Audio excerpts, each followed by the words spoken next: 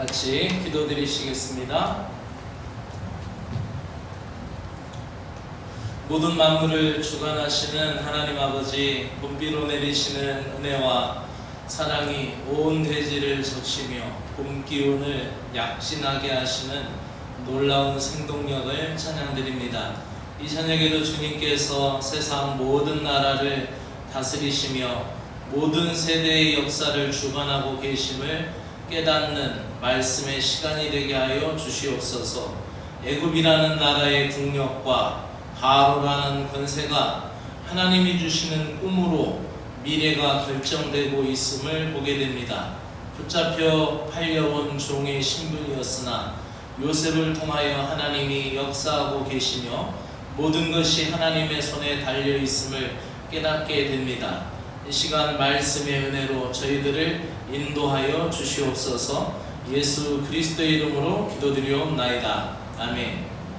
오늘도 붕어빵 나눔을 잘 하였습니다. 광고 드리겠습니다. 명덕영문 부흥회가 5일 금요일 저녁 집회, 그리고 6일 토요일 저녁 집회, 그리고 7일 오전에 주일 성결회, 오후에 찬양 예배까지 담임사 간의 강사로 진행합니다. 기도 많이 해주시기를 부탁을 드립니다. 우리 교회 주일 오전 사회는 성교정교님께서 맡아주시고, 설교는 정만영 은퇴사관님께서, 그리고 주일 오후 간증 말씀은 이주복 은퇴사관님께서 말씀 전해주시겠습니다. 위에서도 기도해 주시기를 바랍니다. 오늘 우리가 읽을 은혜 받을 말씀은 창세기 41장 1절부터 36절까지의 말씀만 읽겠습니다. 57절까지 있는데 우리가 1절부터 36절까지의 말씀만 보겠습니다. 창세기 40장과 창세기 41장은 꿈에 대한 이야기입니다. 그런데 이제 창세기 40장은 애굽의 고위 관리였던 술 맡은 관원장과 떡 맡은 관원장에 대한 그 꿈을 해석하는 요셉에 관한 이야기가 창세기 40장의 내용이고, 그리고 41장은 애굽의 왕이었던 바로의 그 꿈을 해석함으로 이제 요셉이 애굽의 총리 대신으로 등극하는 그러한 이야기가 되어 있습니다. 그래서 그 꿈을 대언한 사람이 요셉이었고, 인간의 꿈까지도 하나님께서 사용하고 계시다라는 내용이 우리가 오늘 읽을 창세기 41장의 내용입니다. 그러면은 우리 한 절씩 교독하면서 읽도록 하겠습니다. 잠깐만요.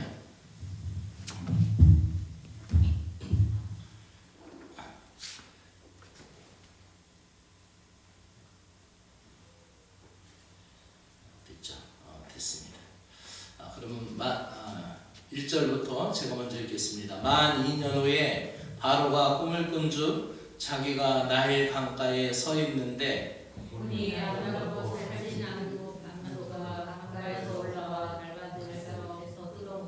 그 뒤에 또 흉하고 파리한 다른 7 암소가 나일 강가에서 올라와 그 소와 함께 나일 강가에 서 있더니 그 흉하고 파리한 소가 그가 돌아보고 살찌는 모습을 보은지라 바로가 곧 깨었다가 다시 잠을 들어 꿈을 꾸니 한 줄기에 무성하고 충실한 7 이삭이 나오고 그 후에 또 가늘고 동풍에 나가는 7 이삭이 나오더니 그 가는 7 이삭이 무성하고 충실한 7 이삭을 삼킨지라 바로가 깬즉 꿈이라.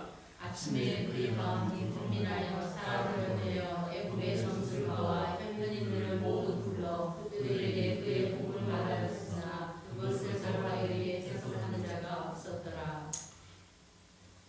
술 맡은 관원장이 바로에게 말하여 이르되 내가 오늘 내 죄를 기억하나이다. 여기서 내가 오늘 내 죄를 기억하나이다 라는 내용의 세번역 성경은 이런 내용입니다.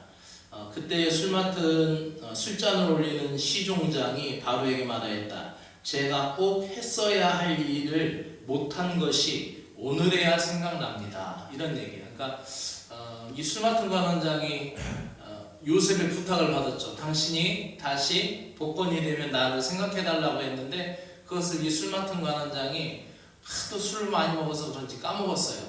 그랬는데 이제 내가 오늘 내 죄를 기억하나이다 이런 건데 요거를 세번역으로 읽으면은 제가 꼭 했어야 할 일을 못한 것이 오늘에야 생각납니다 라는 거죠. 10절 읽어주시기 바랍니다. 바로께서 종들에게 노하사 나와 떡 굽는 관원장을 7일 자기의 집에 가두셨을 때에 나와 그가 하룻밤에 꿈을 꾼즉 각기 뜻이 있는 꿈이라. 그곳에 신의주장의 종된 히브리 청년이 우리와 함께 있기로 우리가 그에게 말하매 그가 우리의 꿈을 풀 때 그 꿀대로 각 사람에게 해석하더니 그 해석한 대로 되어 나는 복직되고 그는 매달렸나이다. 이에 바로가 사람을 보내어 요셉을 부르매 그들이 급히 그를 옥에서 내놓은지라 요셉이 곧 수염을 깎고 그의 옷을 갈아입고 바로에게 들어가니 바로가 요셉에게 이르되 내가 한 꿈을 꾸었으나 그것을 해석하는 자가 없더니 들은즉 너는 꿈을 들으면 능히 푼다 하더라. 요셉이 바로에게 대답하여 이르되 내가 아니라 하나님께서 바로에게 편안한 대답을 하시리라. 바로가 요셉에게 이르되 내가 꿈에 나일 강가에 서서 본인이 살찌고 아름다운 일곱 날간뼈를 얻어 갈반에서 뜯어먹고 그 뒤에 또 약하고 심히 흉하고 파리한 7왕소가 올라오니 그같이 흉한 것들은 애굽 땅에서 내가 아직 보지 못한 것이라. 그 파리하고 흉한 소가 처음에 일곱 살찐소를 먹었으나 먹은 듯 하지 아니하고 여전히 흉하더라. 내가 곧 깨었다가 다시미에 보니 한 줄기에 무성하고 충실한 일곱 이삭이 나오고 그 위에 또 가늘고 동풍이 마른 7 이삭이 나더니 그 가는 이삭이 좋은 일곱 이삭을 삼키더라. 내가 그 꿈을 전술가에게 말하였으나 그것을 내게 풀이해 주는 자가 없느니라. 요셉이 바로에게 아뢰되 바로의 꿈은 하나라. 하나님이 그가 하실 일을 바로에게 보이심이니라. 일곱 조운한 자는 일곱 해요. 일곱 조운 이삭도 일곱 해니 그 꿈은 하나라. 그 위에 올라온 파리하고 흉한 7소는 7년이요 동풍에 말라 속이 빈 7 이상도 7해 흉년이니 내가 바로에게 이르기를 하나님이 그가 하실 일을 바로에게 보이신다 하니 이것이라. 온 애굽 땅에 7해 큰 풍년이 있겠고 후에 이에 6회 흉년이 들므로 애굽 땅에 있던 흉년을 다 잊어버리게 되고 이 땅이 그 기근으로 망하리니 후에 든 그 흉년이 너무 심함으로 이전 풍년을 이 땅에서 기억하지 못하게 되리이다. 바로께서 꿈을 2번 겹쳐 보신 것은 하나님이 이 일을 정하셨습니다. 하나님이 속히 행하시리니 이제 바로께서는 명철하고 지혜 있는 사람을 택하여 애굽 땅을 다스리게 하시고 바로께서는 너희같이 행하사 나라 안에 감독관들을 모아 그 7회 풍년에 애굽 땅의 5분의 1을 거두되 그들로 장차 올 풍년의 모든 곡물을 거두고 그 곡물을 바로의 손에 돌려 양식으로 위하여 각 성읍에 쌓아두게 하소서. 이와 같이 그 곡물을 이 땅에 저장하여 애굽 땅에 임할 7해 흉년에 대비하시며 땅이 이 흉년으로 말미암아 망하지 아니하리이다. 아멘. 오늘 말씀의 제목은 따라합시다. 하나님의 통치와 주관. 하나님의 통치와 주관 애굽왕 바로의 꿈을 통하여 하나님께서 세상을 통치하시며 주관자이심을 보여주는 말씀이 오늘 우리가 읽은 말씀입니다. 바로가 꾼 꿈은 이렇습니다. 그림으로 보면은 먼저는 앞에 있는 소들이 좀 살찐 소죠. 그렇죠? 그림으로 보여요? 그리고 저 뒤에 있는 소들은 좀 많이 말랐어요. 흉한 소요. 뒤에 나온 소들이 앞에 있는 살찐 소를 잡아먹었는데 아직도 배고파서 흉하더라 이런 표현이 있어요. 그러니까 이게 대흉년이 든다라는 거예요. 그리고 또 이쪽에 보면은 이쪽에 있는 그 그림은 7 이삭인데 곡식이 굉장히 튼실하고 좋은 곡식이에요. 근데 동풍에 말라서 쭉정이 같은 그 이삭이 그것을 삼키게 되는 그러한 꿈을 2번이나 꿉니다. 이 바로가 꿈을 꾸고 자기가 나일강에 서 있었다라는 거죠. 이집트라는 애굽이라는 나라는 나일강에 의존하는 나라였어요. 그래서 실제로 당시에 그 이집트 왕이 그 나일강을 나일 강물을 관리하는 총 책임자였어요. 우리도 길을 가다 보면은 커다란 하천에 국가 하천 이렇게 써 있는 게 있고, 또 어떤 강줄기를 가다 보면 지방 하천 이렇게 써 있는 게 있어요. 그리고 길을 가다 보면은 도로 관리자 청송군수, 아니면 도로 관리자 경상북도 도지사 이렇게 있어요. 그러니까 인류 역사에서는 그 지역의 통수권자, 통치자가 길과 물줄기, 도로의 길과 그 다음에 물길의 그 물줄기를 관리하는 그 책임자가 그 지역의 통수권자라는 그 인류학적인 개념을 옛날부터 갖고 있는 거예요. 모든 물길도 그 다스리는 자가 치수해야 되고, 길도 잘 가꿔놔야 사람들이 다닐 수 있도록 해야 되는 거죠. 그렇게 이제 그 강물을 잘 관리했는데, 좀 외설적이긴 하지만은 실제적으로 이 애굽의 왕이 그 나일강에 나가서 그 신에게 제의를 바치는 그런 행위를 했다고 합니다. 근데 그 행위가 아주 좀 괴상망측한 행위도 했어요. 거기 강물에다가 뭐 제사도 지내기도 했고, 또 왕이 그 강물 배를 띄우고 배 위에 서가지고 자위를 해서 그거를 강에다 뿌리는 거예요. 그래서 그게 풍년이 기원하여 온다라는 그런 아주 괴상망측한 그런 논리에 입각해서 그 강물에 서서 그런 제의식을 행하였던 것이 고대의 문헌에서도 그게 발견이 됩니다. 어쨌든 이 바로가 꿈을 꿨어요. 꿈을 꿨는데 꿈속에서 자기가 이제 배를 타고 아마도 그런 제의를 행하려고 섰는지 모르겠으나 어쨌든 그 강가에 서 있었다는 말이죠. 근데 첫 번째 꿈에서 좋은 소가 나타났는데 흉한 소 7이 와서 잡아먹어 버렸고, 또 놀래서 그래도 막 그 흉한 소들이 막 뭐 먹을 게 없나, 그래도 아직도 흉하였다고 하니까 또 뭐 뜯어 먹을 게 없나라고 막 그러고 있을 때 이제 바로가 놀래서 깼어요. 놀래서 깨고 나서 또 꿈을 꿨는데 이번에도 거의 비슷한, 소재가 다르지만 같은 꿈을 꾸게 되는 거죠. 7 튼실한 이삭이 있는데 아주 쭉정이 같은 그 이삭이 나와서 그것을 삼키게 되는 그런 꿈입니다. 이것은 7년의 풍년에 이어서 7년의 대흉년을 관한 메시지였어요. 오늘 말씀은 이렇게 정리해 보려고 합니다. 하나님의 통치와 주관이라는 제목으로 첫 번째로 따라합시다. 무능한 애굽 왕, 전능한 통치자. 두 번째로 풍년과 흉년의 주관자 하나님. 세 번째로 생명을 살리는 통치자, 주관자. 통치자라는 것은 그 통치가 계속해서 그 역사를 주관한다는 뜻이었습니다. 애굽 왕은 그 나라를 다스리는 최고 통수권자고, 그때 당시 애굽은 당대의 가장 강력한 국가였어요. 그래서 나일강의 문명도 가지고 있었고 상형 문자의 가지고 있었어요. 이 문자를 가지고 있다라는 것이 왜 문명국가냐면은 글로써 기록을 남기기 때문에 그 문명국가죠. 그리고 그 강가에는 많은 자원들이 모이게 되고, 거기에서는 오늘 이 바로가 꿈을 꾼 아마도 소, 그리고 아마도 곡식을 이제 풍성하게 농사 지을 수 있는 그러한 땅이 바로 그 당시의 땅이었습니다. 1절의 이제 시작을 보면서 이 바로가 꿈을 꾼 얘기가 나오는데, 바로라는 말은 우리가 개역 성경에는 바로라고 나오는데 영어 성경을 가지고 읽어보신 분은 거기에 파라오라고 나옵니다. 파라오.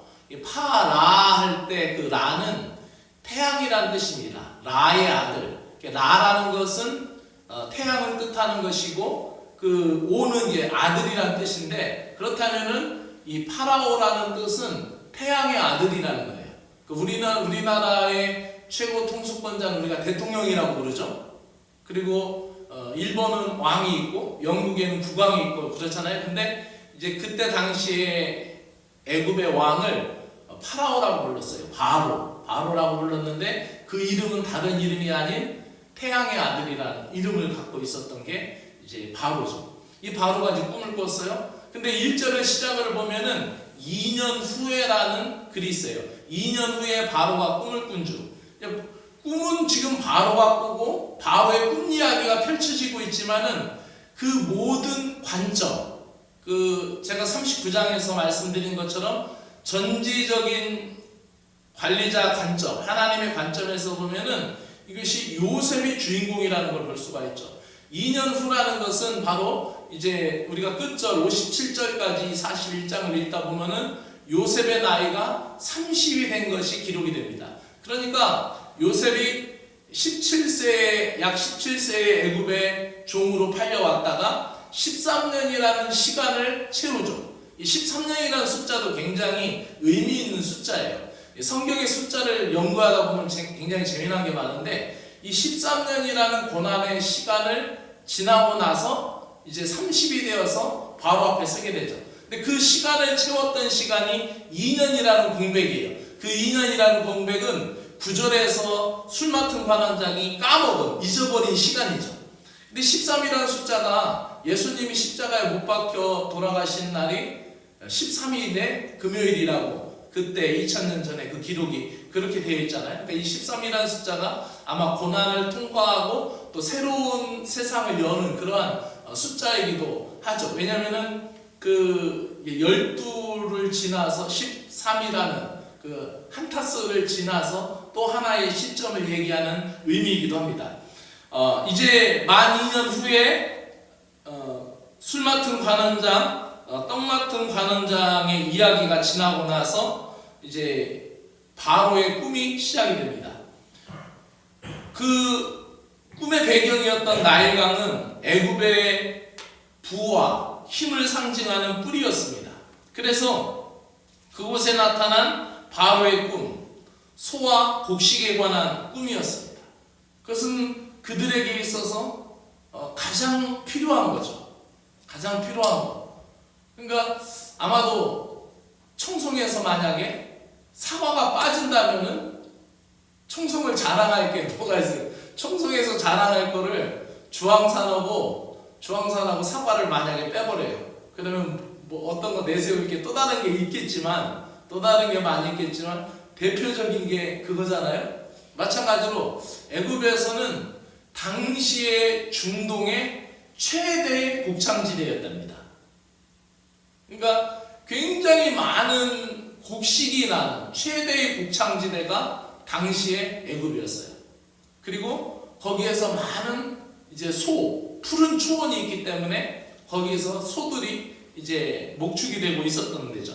그 관한 소재의 꿈이 나옵니다.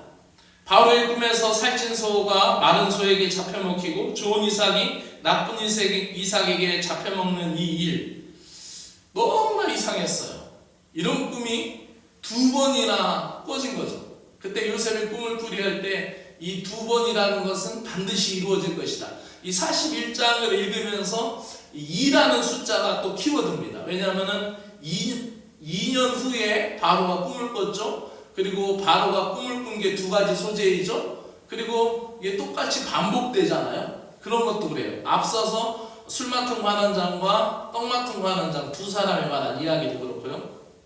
어찌됐든지 이 바로가 이제 애굽에서는 신처럼 추앙받는 사람이에요. 왜냐하면 태양의 아들이니까 이거는 굉장히 추앙받죠. 오늘날에도 국가 통수권자는 굉장히 추앙을 받는데 옛날에는 절대 군주제였기 때문에 곧 그 말이 생명과도 같아요.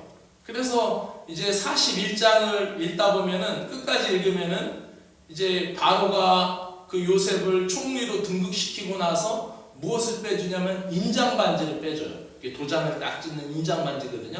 여기에 이제 국왕의 표시가 있어요. 이걸로 촛농을 녹여서 이거를 딱 찍어버리고 거기를 봉합해 보면 그게 곧 문서가 되는 건데 그 인장반지, 우리로 얘기하면 이제 옥새와 같은 거죠. 그거를 요셉에게 내어주면서 뭐라고 얘기하냐면 내가 너보다 높은 것은 이 자리밖에 없다. 네가 다 맡아서 관리해라. 그러면서 뭐라고 얘기하냐면 애굽에서 내 말, 총리 대신에 말 없이는 손발을 놀릴 자, 수족을 놀릴 자가 없다라는 거예요. 그만큼 절대 권력을 갖고 있었던 것이 당시의 힘이었어요. 그런데 보세요. 이제 바로가 꿈을 꿨어요. 근데 그 꿈을 꾸고 나서 자기가 놀랐어요. 근데 그 꿈을 좀 해석해달라. 너무 답답하다. 그런데 어떻게 해요? 해석해줄 사람이 없는 거예요. 얼마나 답답할까요? 우리가 궁금한 게 있는데 누구한테 물어봐도 안 알려주고 인터넷에서 찾아봤는데도 없고 아무도 모르는 정말 신비한 일인데 이상한 일인데 알고 싶은데 모른다. 굉장히 답답하겠죠? 근데 바로는 꿈에 그런 일이 있었던 거예요. 너무 괴상망측한 꿈이었고 이 꿈이 연달아 2번이나 같이 꿔진 거예요. 자다가 일어났다가 잠들었는데 또 그와 같은 꿈이 있는 거죠. 애굽에서 신으로 추앙받는 바로였지만 그 꿈의 의미를 알지 못했고 애굽의 뛰어난 점순가들 지식인들도 모두 다 그것을 알지 못했습니다. 그 애굽의 희망이라고 신성시하는 그 바로와 또 그리고 그 나일 강가에서 펼쳐진 그 이상한 괴상망측한 꿈의 이야기들 너무나 뭔가 메시지가 있을 것 같은데 알지 못하는 거죠. 그런데 태양의 아들이었던 인간 파라오가 그것을 알지 못할 때 하나님께서 그것을 풀어가시는 것이 오늘 본문의 내용입니다.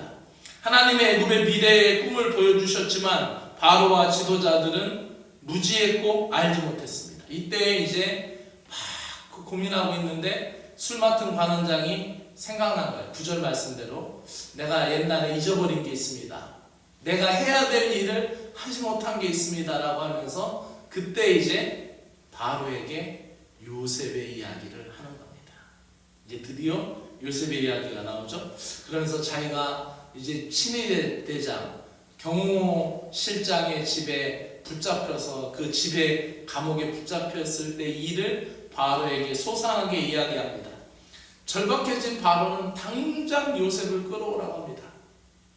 데려오라고 하는 거죠. 그때 이제 요셉은 수염을 깎고 옷을 입고 이제 바로 앞에 서게 됩니다. 그러면서 조급한 바로는 자신의 꿈 이야기를 막 하여 그때 요셉이 그 꿈을 바로 해석해 주는 것이 아니라 먼저 어떤 이야기부터 합니까? 바로에게 말할 분은 하나님이시고 하나님이 평안하게 대답하시리라. 할렐루야. 하나님의 일을 먼저 내놓는 거예요. 자, 여러분 어떤 면에서는 그 요셉이 자기가 꿈을 해석할 수 있는 몽조를 알 수 있는 어떤 길한 그런 기운을 갖고 있다고 하더라도 그런 지혜를 갖고 있다 하더라도 요셉이 자신이 선뜻하지 않고 어떻게 해요? 항상 하나님 앞에 하나님의 이름을 먼저 내놓는 거예요. 그래서 우리가 주님의 일 할 때도 그렇죠. 찬양 사역자들도 자기가 노래를 잘한다 해서 탁 나와서 이렇게 빼어난 목소리로 노래를 잘 하는 사람이 있는가 반면에 어떤 분들은 자기가 쓰임받는 거에 대해서 굉장히 감사하면서 진지하게 기도하면서 이렇게 찬양을 하는 사람이 있어요. 자기가 많은 물질을 갖고 있어서 그것을 막 과시하면서 그것을 내놓을 수도 있지만은 그것에 대해서 하나님께 영광 돌릴 수 있는 것에 대해서 감사한 마음으로 하나님 앞에 드리는 사람이 있어요. 요셉은 바로 그런 사람이었어요. 자기가 바로 그것을 해석할 수 있는 그런 하늘의 지혜가 있었지만은 하나님께 영광을 돌리고 하나님이 평안히 대답하실 것이다 라고 하면서 하나님의 이름을 내놓습니다. 오래전 형들과 그런 다툼 속에서 어떻게 했어요? 형들 앞에서는 그걸 바로 얘기해버렸죠. 형 봐, 내가 꿈을 꿨는데 놀라운 꿈을 꿨, 재미난 꿈을 꿨어. 해와 달과 11별이 내게 절을 했어. 형들 내 얘기 들어봐. 볕단이 다 형들이 배우는 볕단이 있는데 형들이 베어놓은 볕단이 다 내가 베어놓은 볕단한테 절을 했어. 그때 바로바로 얘기했죠, 요셉은. 근데 어떻게 했어요? 그것 때문에 몹시 미움당했고 그것 때문에 몹시 시달렸어요. 오래전에 형들과 보디발 이제 집에서 당하였던, 감옥에 던져졌던 그런 고난의 시간들. 이제 요셉은 17살, 16살의 소년이 아니었어요. 이제 30이 된 이제 청장년이 되었어요. 그만큼 요셉은 성숙한 인격과 담대한 신앙을 갖게 되고, 하나님이 이제 요셉을 애굽의 왕궁으로 이끌어 주신 것을 한 몸으로 받는, 기대받는 그런 몸이었지만, 그가 바로 앞에 얘기할 때 하나님이 하시리라, 하나님을 드러내놓는 신앙을 갖는 거예요. 무능한 애굽 왕, 그러나 전능한 통치자를 드러내는 요셉을 보게 됩니다. 사랑하는 저와 여러분도 우리가 주님의 일을 할 수 있을 때 하나님의 일을 먼저 드러낼 수 있는 믿음의 사람들이 되기를 주의 이름으로 축복합니다.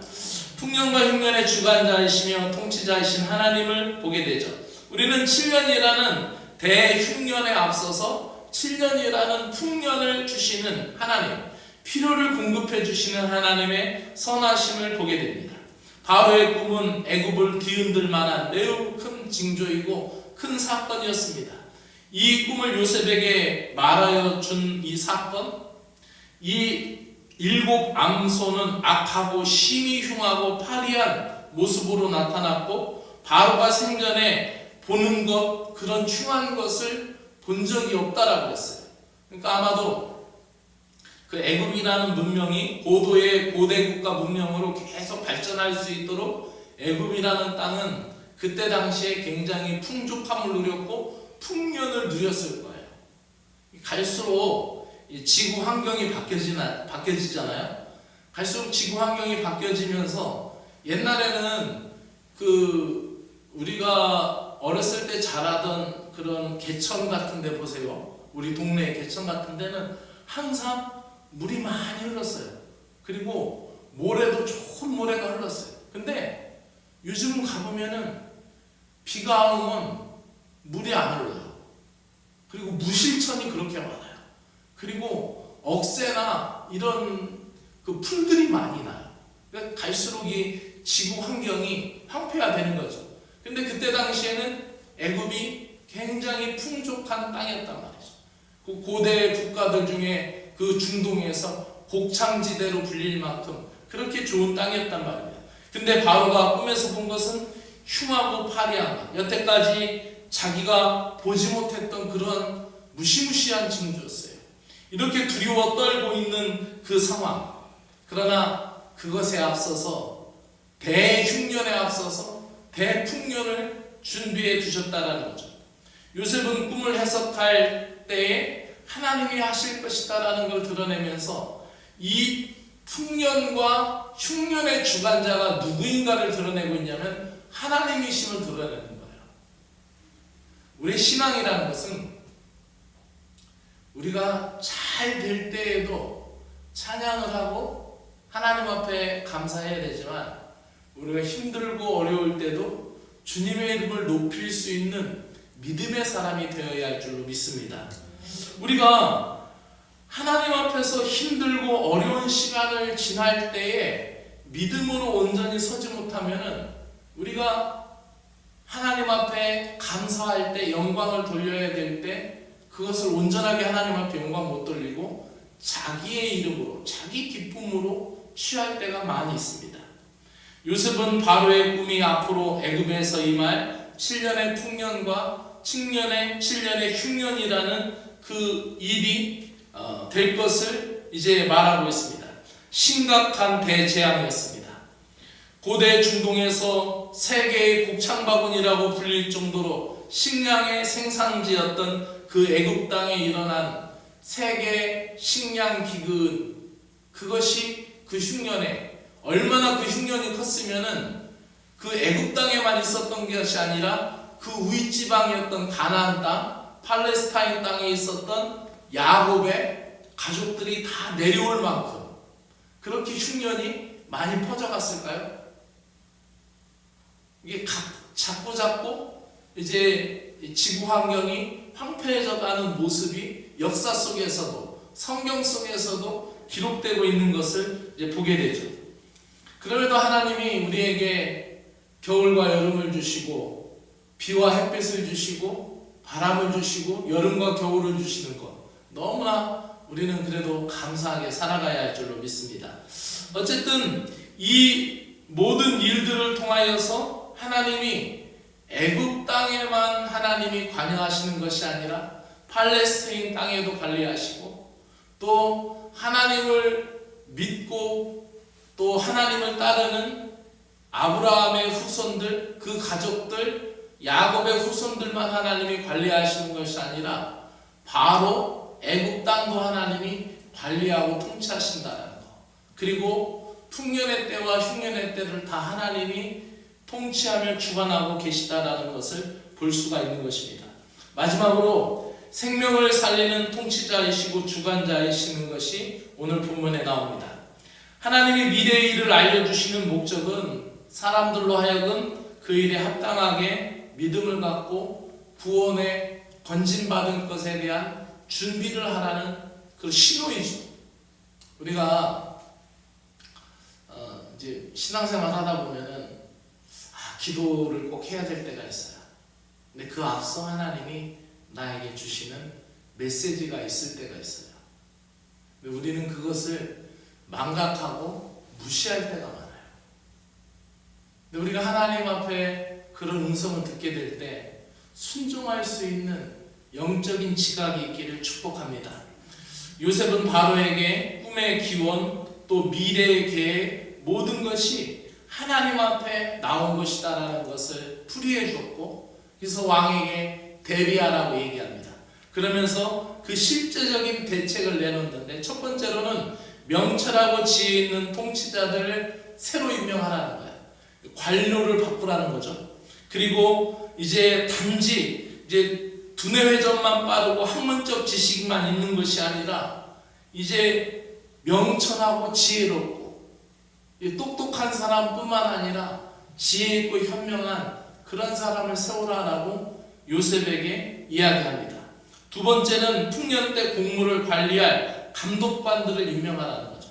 그래서 이제 보급하고 관리할 수 있는, 그러니까 국가 기획재정부 또 뿐만 아니라 이제 농수산부 이런 모든 관료직들을 대편으로 바꾸면서 그것에 대한 준비를 하는 거예요. 그래서 이제 대풍이 들면은 그것을 5분의 1을 거두어서 준비하고, 또 대풍이 들면 거두어서 준비하고, 또 대풍이 들면 또 거두어서 준비하고, 그러면서 이제 쌓이는 것에 대해서 이제 5분의 1을 정리하면서 이제 쌓이면 곡물이 상하니까 어떻게 돼요? 그것을 이쪽 거를 풀고 그 다음에 또 그만큼 분을 더 채우고 또 풀고 해서 나머지 이제 7년째 되는 해 거는 모두가 다 거둬들이고 먼저 있었던 거두어들인 것을 다 방출해서 먹고, 그래서 그 7년에 가지고 있던 곡물을 가지고 이제 또 버티게 되는 거죠. 자, 이렇게 될 때에 이 애굽에는 많은 이제 기술들이 발명이 되는 거예요. 식품을 오래 보관하고 오래 저장하는 기술이라든지, 음식을 이제 만드는 기술, 오래 건조시켜서 오래 먹을 수 있는 기술이라든지, 이제 방부 처리할 수 있는 기술이라든지. 그래서 이제 애굽이라는 데는 고대부터 사람을 미라로 만드는 기술이 개발됐을 뿐만 아니라 그 식품이나 이런 것도 곡식을 오래 저장할 수 있는 기술도 갖고 있어요. 그래서 뭐 세계 역사에서 보면 가끔 그런 것들이 발견되잖아요. 미라의 손에 틀켜지고 있던 이삭을 싹 틔웠는데 그것이 싹이 나왔다, 이런 증거들, 과학적인 증거들도 있고, 그 피라미드 속에 있었던 곡물들을 갖고 왔는데 그것이 싹이 났다라, 이런 기술들도 이제 이야기하는 거죠. 어찌됐든 이때에 이제 요셉의 말대로 이제 지혜로운 관리를 임명하고 또 풍년의 때의 국물을 관리할 감독을 통하여 흉년의 때에 준비하게 되는 거죠. 여기서 우리가 하나님은 생명을 살리는 통치자이시고 생명을 붙들어 주시는 주관자이심을 우리는 보게 됩니다.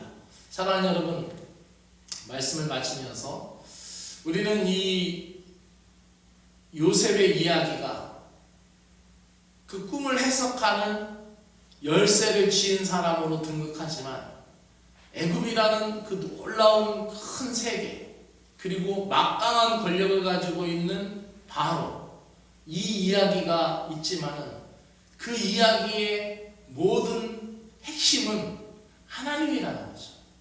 하나님이 통치하시고 하나님이 주관하신다는 거예요. 우리 신앙에도 여러분 마찬가지입니다. 우리가 풍년이 들 때든 흉년이 들 때든 우리가 신자로서 우리의 길을 들켜지고 있는 분은 하나님이시라는 고백을, 믿음을 가져야 합니다. 그것이 신앙이고 그것이 믿음이에요.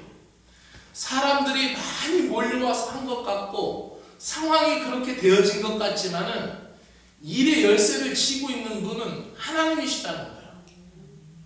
그것이 우리의 믿음이 되어야 할 줄로 믿습니다. 오늘도 말씀을 붙들고 같이 함께 기도하기를 원합니다.